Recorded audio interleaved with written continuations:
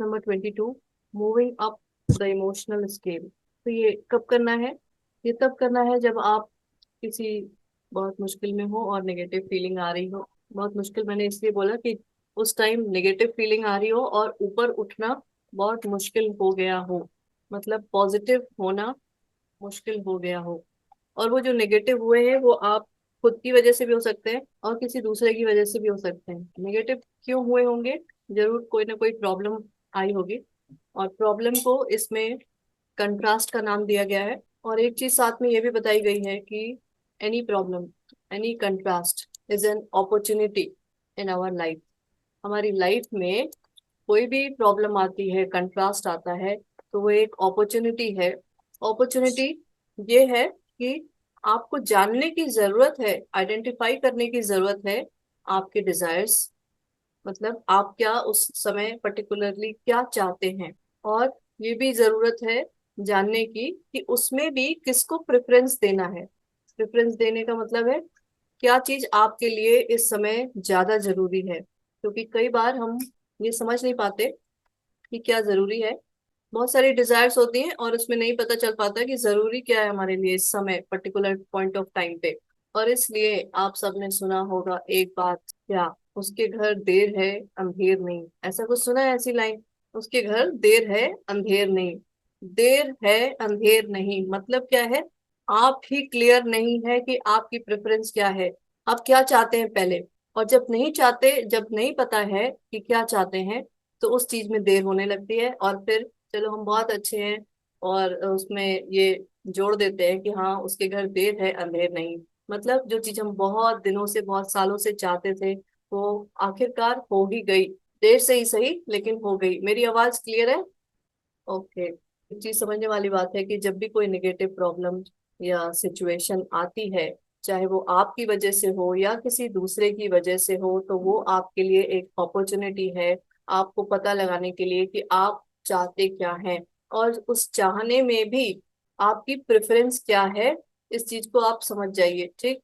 और उस टाइम आप चाहे जोर से बोले या फिर मन में ही उन सारी डिजायर्स को रखें जो भी आपके दिमाग में है। तो चाहे आप जोर से बोलते हो, तो कई बार होता है ना, रोते गाते हैं कि भगवान सुन लो सुन लो सुन लो, तो ऐसा हो गया जोर से बोलना।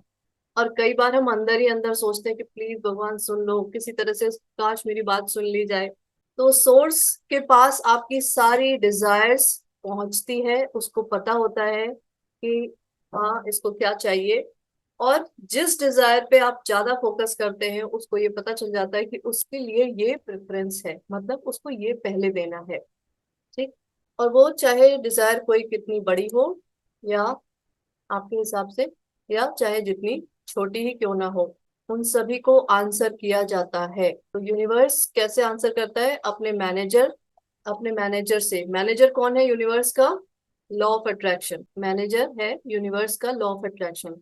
अपने मैनेजर को बोलता है, और वो मैनेजर मतलब लॉ ऑफ अट्रैक्शन आपके लिए उन सारे लोगों को, उन सारी सिचुएशंस को, उन सारे इवेंट्स को क्रिएट करता है जिससे आपकी डिजायर्स फुलफिल होती हैं। तो सीधा सा मतलब है, if you have asked it is given.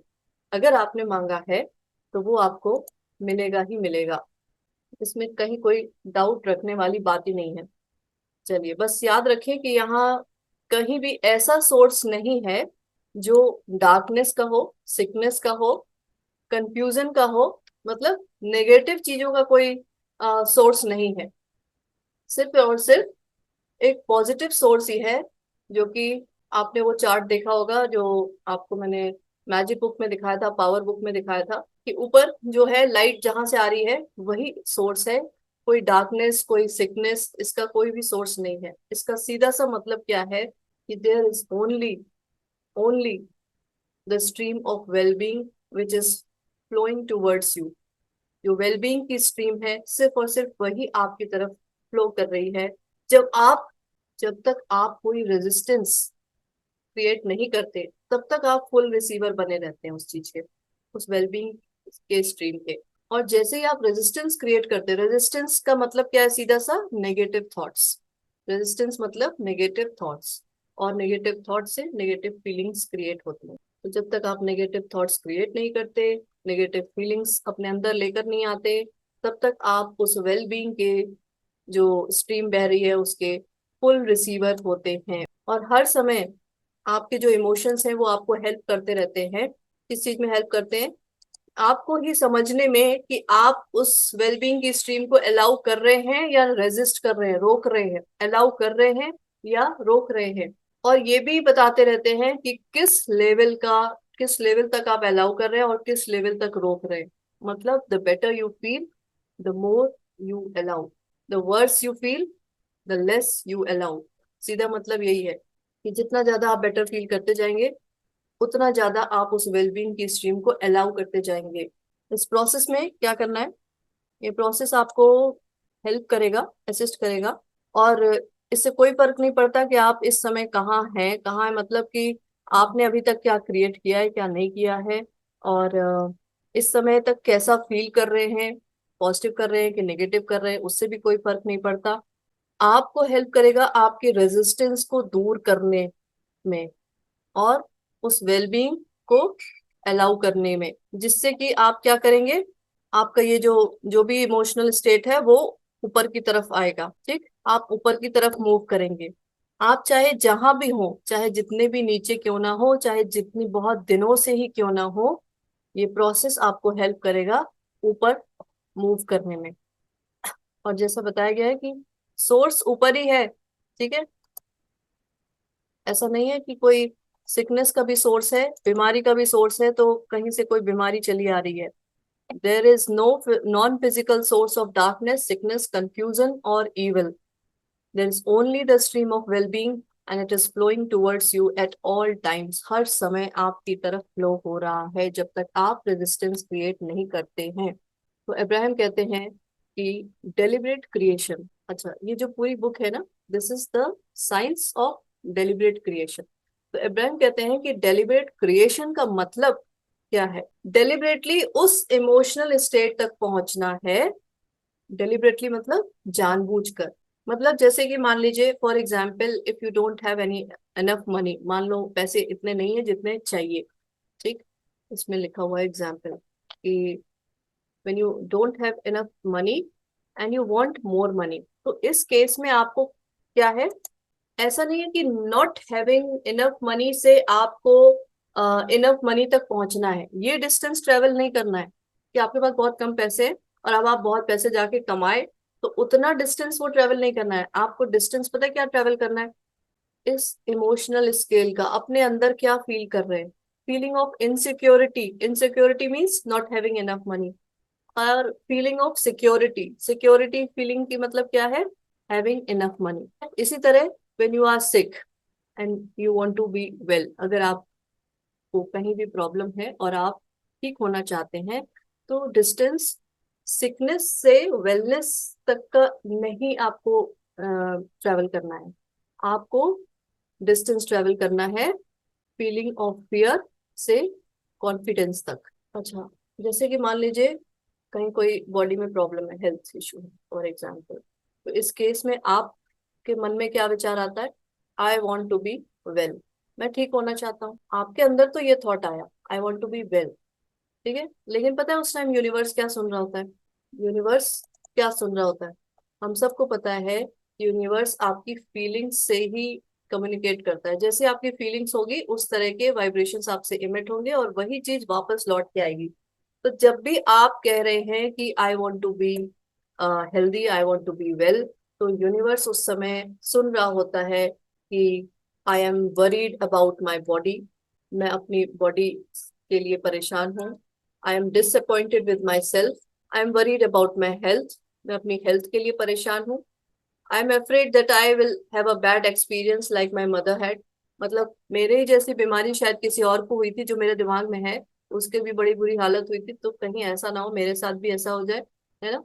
पीछे पीछे बैक ऑफ द माइंड में चलता रहता है कि I am angry that I didn't take care of my self.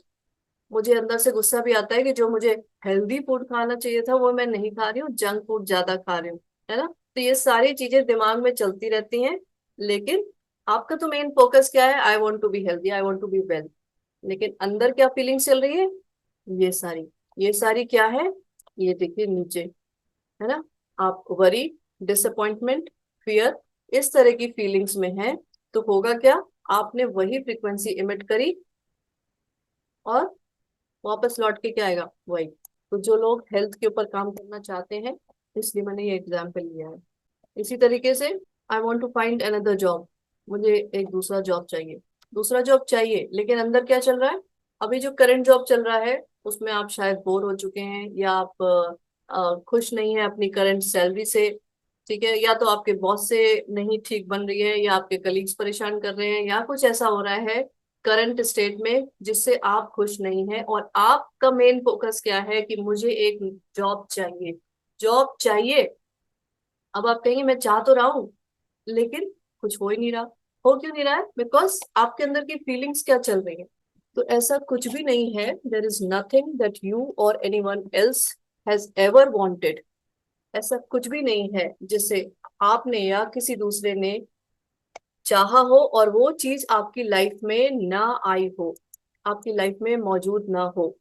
तो एक बार जब आप कॉन्शियसली ये आइडेंटिफाई कर लेते हैं कि अपने इमोशन को, कि मेरे अंदर कौन सा इमोशन चल रहा है, मुझे चाहिए तो ये, लेकिन मेरे अंदर उस चीज को लेके कौन सा इमोशन चल रहा है, कौन सी फीलिंग्स चल रही है, तो ये आइडेंटिफिकेशन जरूरी है। ठीक है, तो उससे क्या होता है कि ये प्रोसेस इजी हो जाता है कि आप जो सोच रहे हैं और आपको क्या सोचना है, मतलब ऊपर जाना है कि नीचे जाना है, सबको ऊपर ही जाना है ना, मतलब इधर ऊपर वाले में ही आना है। Optimism, hopefulness, enthusiasm, happiness, passion, ये सारी फीलिंग्स हमें लेकर आनी है। और जब भी हमें कुछ चाहिए होता है तो हमारे अंदर डिसअपॉइंटमेंट, डाउट, फ्रस्ट्रेशन, मतलब फियर, एंगर, ये सारी चीजें रहती हैं। तो समझने वाली बात क्या है कि आपकी फीलिंग्स ही हैं जो कम्युनिकेट करती हैं यूनिवर्स से, और जैसा आप फील करेंगे वैसी ही चीजें होंगी। देखिए इसमें क्या लिखा हुआ है कि if you will make the improved feeling और emotion be your real destination, then anything and everything that you want will quickly follow. मतलब अगर आप उस बेटर फीलिंग जो है, बेहतर फीलिंग में अगर आप आ जाते हैं, जो आपका एक्चुअल गोल है ना, उसके लिए आपको करना क्या है, एक बेटर फीलिंग में आना है बस। तो आप जो भी चाहते हैं अपनी लाइफ में उसे अचीव कर सकते हैं। तो जैसे अभी हेल्थ की बात थी, ठीक, और आपने देखा कि आपने जो सेंटेंसेस अपने अंदर से निकाले उसमें फियर था, इनसिक्योरिटी थी, ठीक है, अपने लिए गुस्सा भी था, वरी भी था, है ना, डिसअपॉइंटमेंट भी था, फ्रस्ट्रेशन भी था। तो अंदर ये चल रहा है और मुझे चाहिए हेल्थ। तो हेल्थ अगर चाहिए तो आपको अपने अंदर कौन सी फीलिंग लेकर आनी पड़ेगी, इमोशंस लेके आने पड़ेंगे ये।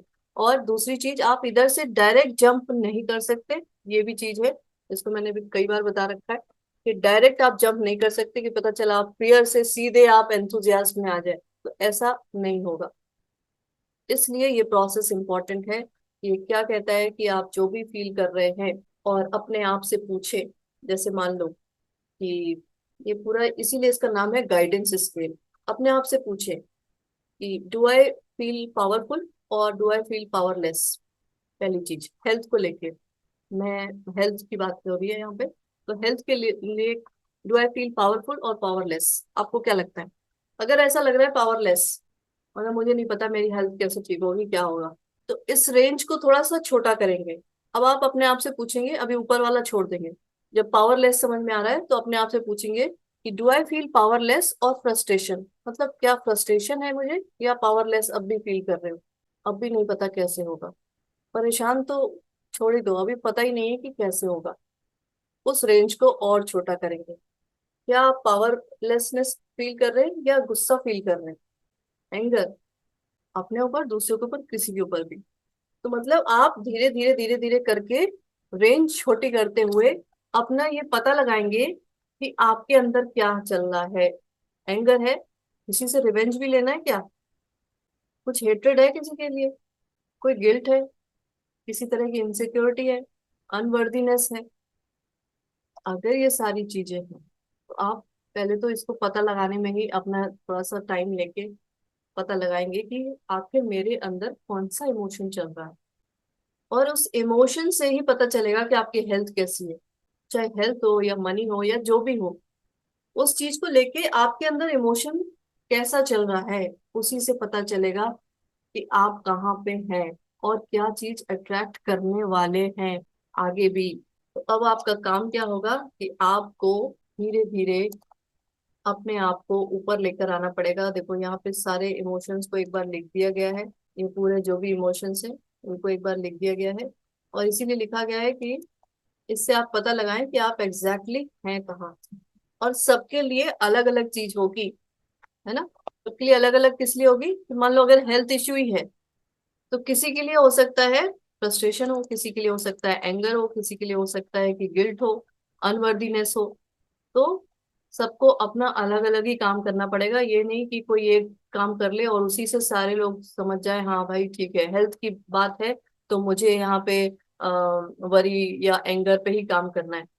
सबका अपना अलग अलग अंदर इमोशन चल रहा होगा, इसलिए सभी लोग अपना अलग अलग तरीके से काम करेंगे, किसी दूसरे की चीटिंग नहीं करेंगे। तो तरीका बता दिया गया है बस कि किस तरीके से अपने अंदर से वो इमोशन फाइंड आउट करना है कि मुझे मेरे अंदर चल क्या रहा है।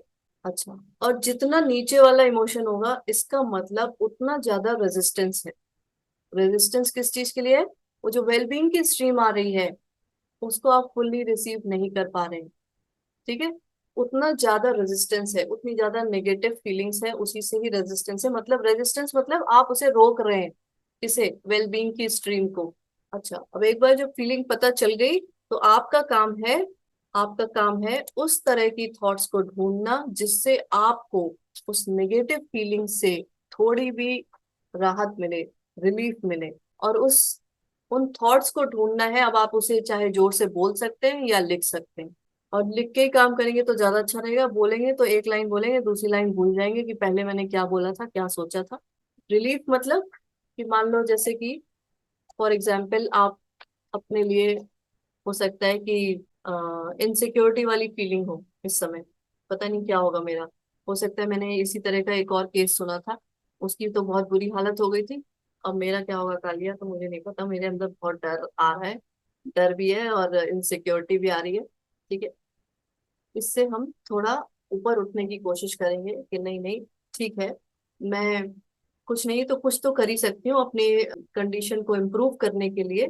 तो इससे इस सेंटेंस से क्या हुआ कि हाँ आपके अंदर एक होप आई कि हाँ कुछ तो कर ही सकते हैं। और जैसे ही आप थोड़ा ऊपर आएंगे तो उसके बाद फिर आप दूसरा सेंटेंस ढूंढेंगे, उसके बाद और दूसरा सेंटेंस ढूंढेंगे, और एक साथ जंप नहीं करना है, ऊपर चले जाना ऐसा नहीं हो पाएगा। बिकॉज क्यों नहीं हो पाएगा, बिकॉज अगर आप मान लो ये जो फियर है उसकी वाइब्रेशनल फ्रिक्वेंसी 20 होती है वैसे, अगर आप 20 के स्पीड से वाइब्रेट कर रहे हैं तो अचानक से 200 पे नहीं पहुंच जाएंगे ना। और पता है क्यों नहीं पहुंच जाएंगे, बिकॉज ये आपके पास अवेलेबल ही नहीं होगी ऊपर वाली। बिकॉज आपके पास ये चीजें अभी होंगी ही नहीं जिसको आप टच भी कर पाए।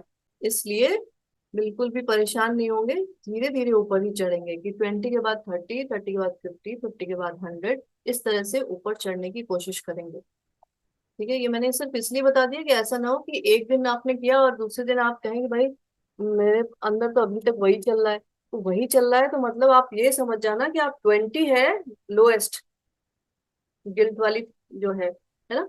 और उसके बाद सीधे आप जंप 200 पे नहीं कर सकते, वो चीज आपके पास अभी है ही नहीं आसपास, वो फ्रीक्वेंसी अभी आसपास है ही नहीं। तो इसलिए याद रखेंगे कि आपको ऐसे इमोशंस क्रिएट करने हैं, कैसे करेंगे, उस तरह की थॉट्स को अपने दिमाग में ढूंढ के लाने, उसी से आपके इमोशंस क्रिएट होंगे और उसी से आपकी फिर न्यू वाइब्रेशंस बनेंगी। ठीक, तो जब नई वाइब्रेशन बनेगी तो नया सेट पॉइंट बनेगा। सेट पॉइंट किस चीज का, पॉइंट ऑफ अट्रैक्शन का। तो जब पॉइंट ऑफ अट्रैक्शन चेंज होगा तो यूनिवर्स अपने मैनेजर से कहेगा भाई कि हाँ ठीक है चलो अब इसका जो ये वाला नया सेट पॉइंट बना है उससे मैचिंग इसको उसी तरह की चीजें दी जाए जिससे कि वो चीज इसको अपने लाइफ में दिखाई दे। लाइफ में दिखाई देने का मतलब है इस 3D वर्ल्ड में आपको अपनी आंखों से वो चीजें दिखाई देने लगेंगी। ठीक है, तो एक चीज इंपॉर्टेंट क्या है, मोस्ट इंपॉर्टेंट थिंग, कि आपका जो गोल है वो सिर्फ और सिर्फ एक बेटर फीलिंग में आना है, न कि उस जो परेशानी चल रही है उससे लड़ना। कि अब मैं क्या खा लूं, क्या कर लूं, क्या पी लूं कि मैं ठीक हो जाऊं। वो तो अपने आप ऑटोमेटिकली हो जाएगी वो चीज, वो चीजें ऑटोमेटिकली हो जाएंगी। और ऐसा नहीं है कि आप ये ना सोचना ऑटोमेटिकली हो जाएंगे मतलब क्या, कि हम ऐसे बैठे रहेंगे और मेरे पास आके कुछ दवा मेरे मुंह में चली जाएगी, ऐसा नहीं होगा। इसमें सीधे से बता दिया गया है कि आपको उस तरह के लोग मिल जाएंगे, उस तरह की सिचुएशन मिल जाएगी, उस तरह की दवाएं मिल जाएंगी। उस मतलब जो आपसे आपसे काम करवाना होगा वो भी वो करवा ही लेगा, कि हाँ भाई चलो उठो, इनसे मिल लो, उनसे बात कर लो, और जिनको मिलवाना होगा वो मिलवा देंगे। मतलब सारा काम ऑटोमेटिकली हो जाएगा।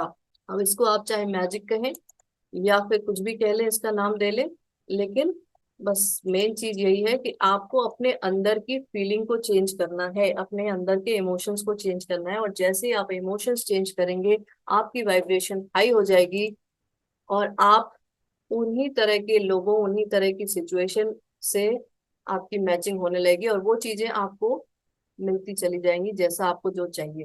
ठीक, समझ में आ गया? कि कोई भी प्रॉब्लम है तो सबसे पहले उस प्रॉब्लम से रिलेटेड अपने अंदर उस फीलिंग को ढूंढेंगे, उस इमोशन को ढूंढेंगे, उस पर्टिकुलर इमोशन को ढूंढेंगे। और उस इमोशन को ढूंढने के लिए ये जो है, ये पूरी जो गाइडेंस स्केल बनी हुई है, इसका यूज करेंगे। सबसे ऊपर आप ऐसे समझ लें कि पावरफुल मतलब हर, मेरे कंट्रोल में सारी चीजें, हाँ मैं कर सकती हूँ। और सबसे नीचे है पावरलेसनेस, मुझे नहीं पता मेरे क्या होगा, कैसे होगा मुझे नहीं पता। अगर ऐसी फीलिंग है तो वो लोएस्ट है। और अगर ऐसा कॉन्फिडेंस वाली फीलिंग है, हाँ मुझे पता है मैं कैसे करना है मुझे, तो वो पावरफुलनेस है। तो इस रेंज, ये पूरी रेंज को पहले साथ में लेके चलेंगे, और उसके बाद अपने से क्वेश्चन पूछेंगे, और किस तरफ है ज्यादा, उस रेंज को फिर धीरे धीरे छोटा करते जाएंगे, और उससे और क्वेश्चन नेक्स्ट नेक्स्ट पूछते हुए एक पर्टिकुलर इमोशन को लेकर आएंगे, कि हाँ भाई मेरे अंदर इससे मिलता जुलता मेरे अंदर चल रहा है। समझ में आ गया? तो बस अपना इमोशंस चेंज करना है। इमोशंस चेंज करते ही एक डिफरेंट सेट पॉइंट बन जाएगा। सेट पॉइंट मतलब पॉइंट ऑफ अट्रैक्शन चेंज हो जाएगा। और फिर जो यूनिवर्स का मैनेजर है, manager means law of attraction है, वो उसी तरह की चीजों, उसी तरह के लोगों, सिचुएशन, इवेंट, सर्कमस्टांसेस को आपके साथ जोड़ने के पूरे उसमें लग जाएगा, जिससे आप वो चीज आपको मिल जाए जो आपको चाहिए। चलिए, अच्छा तो एक लास्ट बात और क्या बची है, उसको भी खत्म किया जाए। One last thing. Last thing क्या है? Be easy about all of this. जो कुछ भी हो रहा है उसमें बिल्कुल आराम से चलेंगे, कुछ भी कहीं भी टेंशन लेने की जरूरत नहीं है। लाइफ को इतना सीरियसली नहीं लेंगे। Life is suppose to be fun, suppose to be fun मतलब मजेदार होना चाहिए लाइफ आपकी, न तो उसको इतनी गंभीरता पूर्वक इतना सीरियस नहीं बना देना है। और अब्राहम कहते हैं कि जैसे हम आपको देखते हैं कि आप कुछ क्रिएट कर रहे होते हैं अपनी लाइफ में, we feel only love for you, the source feels love for you and appreciation for all that you are. आप जो कुछ भी हैं उस समय, अगर कुछ अच्छा क्रिएट कर रहे हैं, तो सोर्स आपको बहुत, उस समय बहुत ज्यादा आपको अप्रिशिएट करता है, आपकी सराहना करता है। और ऐसा क्यों कहा गया है? बिकॉज अब्राहम भी कहते हैं कि ये सब कुछ करने के बाद आपको लौटना वही है, आपको सोर्स में ही लौटना है।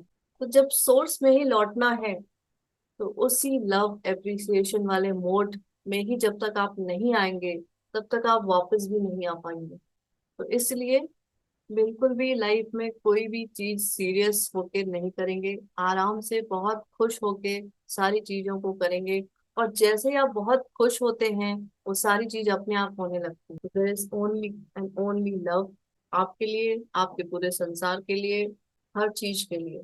और जब आप लव वाली फीलिंग में रहते हैं, तभी एक कंप्लीट, जैसे कहते हैं कि होल, पूर्ण, पूरे बने रहते हैं। चलिए, थैंक यू सो मच। ये बुक यहीं हो गई खत्म। आई होप ये बुक आप सबको अच्छी लगी होगी, बहुत कुछ जानने को समझने को मिला होगा। जानने को समझने को तो बहुत कुछ हम जानते हैं समझते हैं, लेकिन उसको अपने लाइफ में इस तरह से समझ के अप्लाई करने का तरीका ही नहीं पता होता है।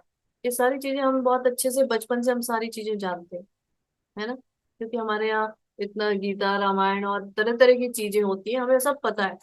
लेकिन उसको अपने लाइफ में अप्लाई कैसे करना है नहीं पता। हम रोज हमारे घर में सुंदरकांड के पाठ, क्या क्या नहीं होता, सब कुछ होता है। लेकिन जब बात आती है अपनी मेन लाइफ को जीने की, तो टाइम टाइम पे कुछ नहीं पता, कुछ भी नहीं पता कि क्या करना है ना। और हमेशा बताया, अरे ये पाठ करो तुम्हारे सब सारी प्रॉब्लम खत्म। हाँ भाई, मैं नहीं कहती पाठ करने से वो प्रॉब्लम खत्म नहीं होगी, वो सब बहुत अच्छी चीजें हैं, लेकिन उनको समझ के अगर कोई करे ना, तब सारी प्रॉब्लम्स खत्म होंगी। और हमने क्या सीखा कि हाँ ठीक है, चलो अच्छा ये पाठ रटे पड़े हैं, रटे पड़े हैं, आधे घंटे में होता है कोई चीज, उसको और 25 मिनट में करके खत्म करते हैं। हाँ मैं तो ये करता हूँ, मैं तो ये ऐसे करता हूँ, बहुत जल्दी जल्दी, हाँ सब सब हो गया मेरा। लाइफ में कुछ चेंज नहीं आ रहा वैसे। और भले ही थोड़ा इधर उधर चेंज भी आए, लेकिन एक जो इनर हैप्पीनेस होती है, जो एक अंडरस्टैंडिंग होती है, नॉलेज होती है, वो तो कहीं नहीं थी। और मैं, मुझे पता है मैं ये बहुत अच्छे से कह सकती हूँ, क्योंकि मैंने ये सारी चीजें कर रखी हैं भरपूर मात्रा में। इसलिए मुझे बहुत अच्छे से पता है कि भाई साहब, आप रोज हवन पूजन सब कुछ कर लीजिए, माला जप लीजिए दिन भर, कुछ भी नहीं होने वाला, नहीं होने वाला। तो कोई कुछ कहना चाहता है, कुछ शेयर करना चाहता है, तो जरूर शेयर करे कि हाँ इन चीजों से लाइफ में क्या इम्पैक्ट पड़ा, कुछ पड़ा किसी के, कि वो जो रोज वाली चीजें चल रही थी वही ज्यादा सही थी। वो रोज सुबह उठ के अपना आरती और पूजन वो करते थे, और फिर अपने काम पे निकल जाते थे, और फिर काम का टेंशन लेके घर पे आ जाते थे, और फिर घर का टेंशन अलग, और टीवी देखा, और बस जो नॉर्मल जिंदगी चलती वो ज्यादा सही था। ये थोड़ा सा सही लग रहा है, क्या लग हाँ। रहा है आपको? नहीं दीदी, इसके करने से चेंज तो बहुत आया है। जो भी प्रोसेस कर रहे हैं तो उससे जो वेस्ट थॉट जो आते थे वो कम हो रहे हैं, और पता पड़ रहा है कि अपन वेस्ट की तरफ जा रहे हैं, नेगेटिव की तरफ जा रहे हैं, पता पड़ता है, और अपन अपने आप को रोक पा रहे हैं। एकदम से नहीं सही, पर आता तो है समझ में, और रोक पाते हैं। और मतलब इतना चिड़चिड़ नहीं होती है, और स्मूथली मतलब पूरा डे निकल जाता है। काम पूरा मतलब जो पहले एक दिन का 4 दिन में भी होता था, वो अब उसी दिन हो रहा है। गुड टू नो, चेंजेस आए हैं लाइफ में। थैंक यू दीदी। चलिए, thank you so much. Thank you Priya. Thank you, ma'am. Thank you. Thank you ma'am. Thank you so much, Didi. Thank you so much. Thank you. Thank you, ma'am. Thank you so Thank you, much. ma'am. Thank you so much. जी, thank you. चलिए bye, मिलते हैं फिर कभी।